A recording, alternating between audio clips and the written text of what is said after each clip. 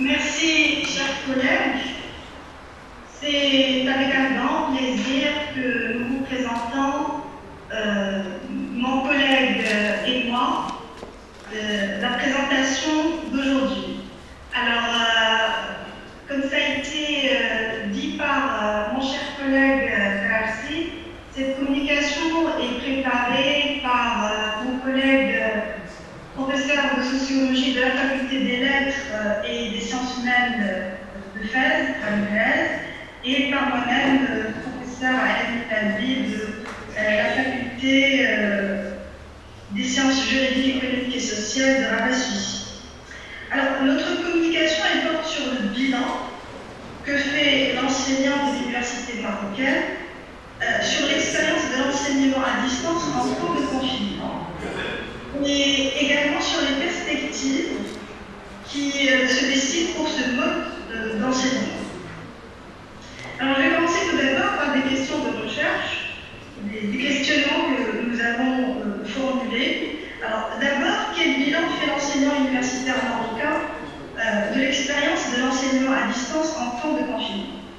Et puis, ces perceptions quant à l'usage des outils de la pédagogie digitale ont-ils changé suite à cette expérience?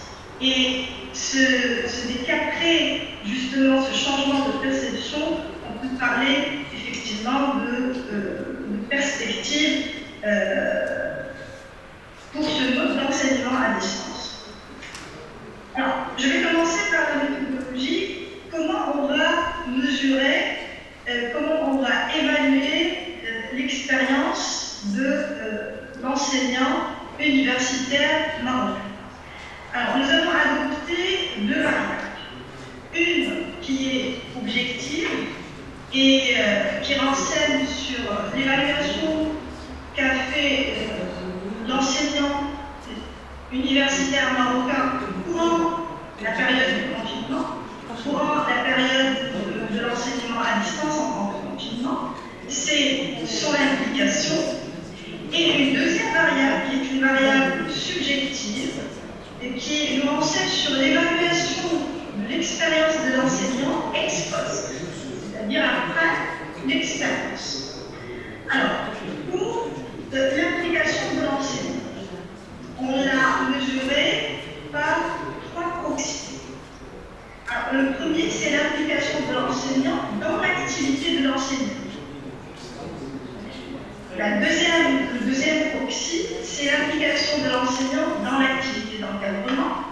Comme vous le savez si bien, le professeur, il a en fait deux missions. Une mission d'enseignement et une mission d'encadrement. Et puis, un troisième proxy qui porte en fait sur l'implication globale de l'enseignant dans les deux activités. Alors, qu'est-ce que nous entendons par un enseignant impliqué? Donc, un enseignant est considéré impliqué au niveau de cette étude pendant la période de suspension de l'enseignement présentiel, lorsqu'il a assuré l'exercice de ses activités à l'aide des outils pédagogiques. Chers collègues, si vous me permettez, chers collègues, si vous me permettez, est-ce que vous pouvez quitter le monde diapo parce qu'on ne voit pas le défilement de vos diapositives? Parfait, parfait. Maintenant, vous arrivez à voir le... Parfait, c'est bon. Merci. Ok, alors si j'ai bien compris, je vous donner la possibilité de voir un peu plus grand, de partager l'intégralité de mon écran.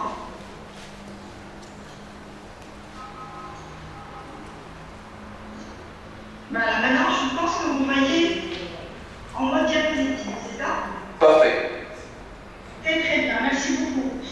Alors, je disais que l'étude considère qu'un enseignant est impliqué dans l'activité, dans l'exercice de ses activités, aussi bien d'enseignement que d'encadrement, c'est lorsqu'il utilise des outils pédagogiques numériques qui soient interactifs ou non interactifs. Par contre, un enseignant qui est considéré non impliqué, c'est un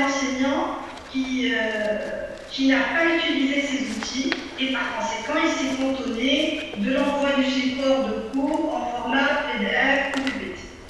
Et donc, concrètement, il n'a pas fait de cours. Donc, il n'a pas eu contact avec les étudiants, il n'a pas expliqué le contenu du support du cours. Alors, pour la satisfaction de l'enseignant, qui est la variable subjective qui va mesurer en fait le retour d'expérience de l'enseignant ex post, après l'expérience, donc c'est une variable qu'on a collectée à partir du questionnaire. Et j'y reviendrai. Alors, pour les hypothèses de recherche et les variables explicatives, on en a 7. Alors, la première, c'est, en fait, on veut comprendre le comportement et donc l'implication de l'enseignant universitaire pendant la période du confinement. Et donc, la première hypothèse que nous avons posée, c'est que l'accompagnement de l'établissement de l'enseignant dans la mise en ligne de ses cours influence son implication. Deuxième hypothèse, c'est la motivation de l'enseignant par la carrière,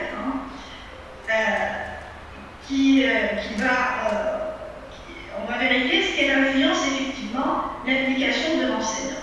Alors, comme variable de cette hypothèse, pour opérationnaliser justement l'hypothèse et pour pouvoir la vérifier après, donc on a opté pour deux variables, l'âge et le grade, le croisement de l'âge et le grade. La troisième hypothèse, c'est l'accès à Internet. La quatrième, c'est la perception de l'enseignant quant à l'usage de l'outil de la pédagogie digitale avant la période Covid-19. Alors, la cinquième hypothèse, c'est la maîtrise des NTIC.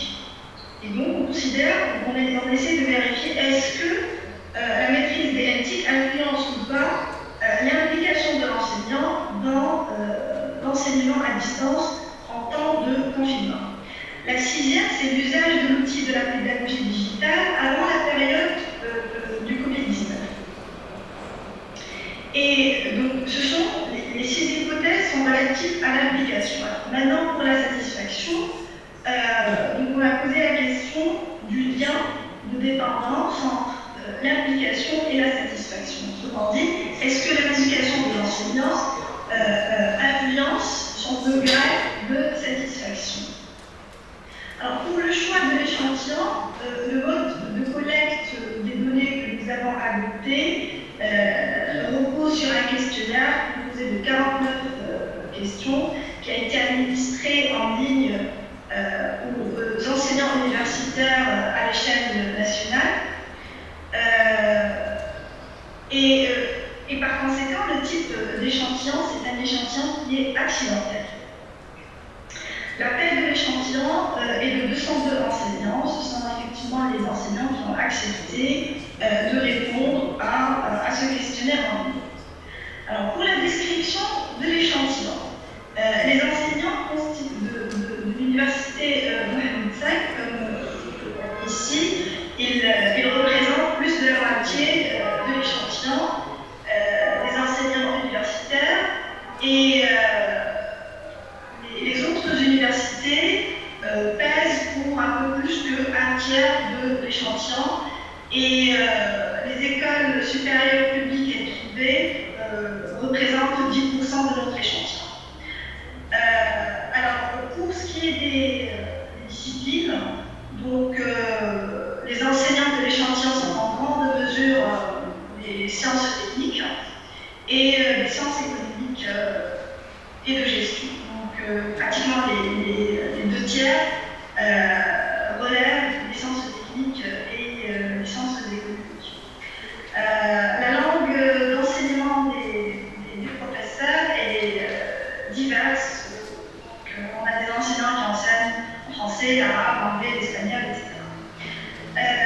58% de l'échantillon sont des enseignants, donc hommes. Et le croisement du critère âge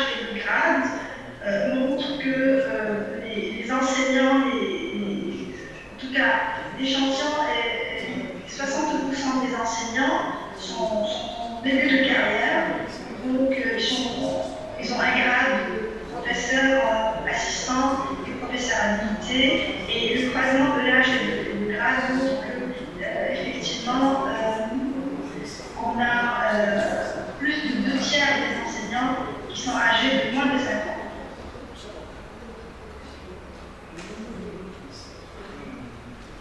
Alors, pour ce qui est de la maîtrise des éthiques, donc on a remarqué que plus de la moitié des enseignants ont une maîtrise moyenne, un niveau de maîtrise qu'ils déclarent moyen, et globalement, la quasi-totalité des enseignants ont un niveau de maîtrise moyen à excellent.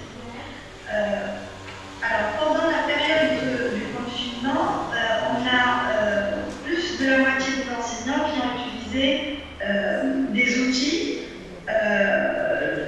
numériques pour le renseignement à distance qui étaient en fait imposés par leur établissement.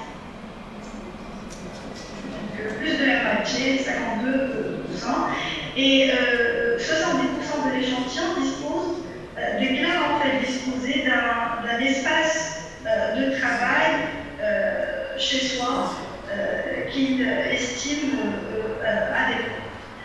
Alors, on a pratiquement 73,80% des enseignants qui ont bénéficié d'une formation aux outils pédagogiques digitaux avant le confinement.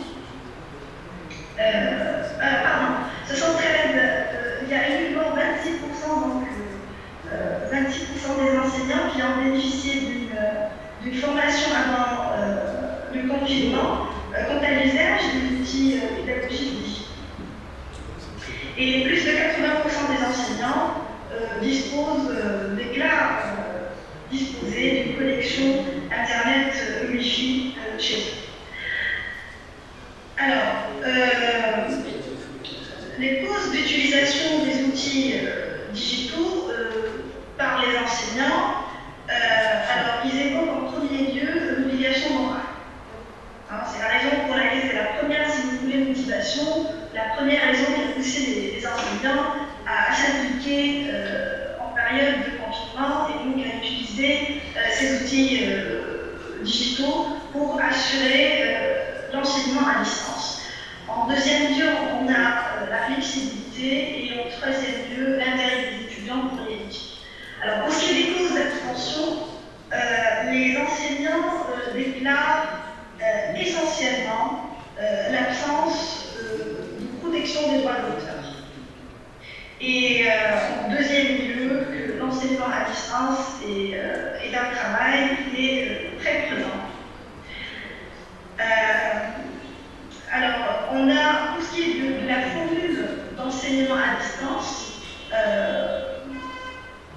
adoptée par les enseignants, donc on a 82% des enseignants de notre échantillon qui ont fait un partage du cours, du support du cours, et 71% ont assuré leur cours par visioconférence.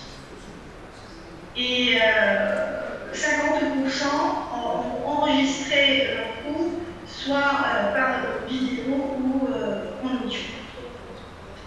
Alors, pour ce qui est des outils utilisés, on a 78% pratiquement des enseignants qui ont utilisé des outils interactifs, c'est-à-dire des visioconférences, et on a 53% qui ont utilisé des plateformes interactives de type Classroom, Teams, Moodle, etc. Pour ce qui est de la continuité de l'encadrement pendant la période de confinement, donc on a 2 tiers des enseignants qui déclarent avoir assuré l'encadrement des travaux de recherche, de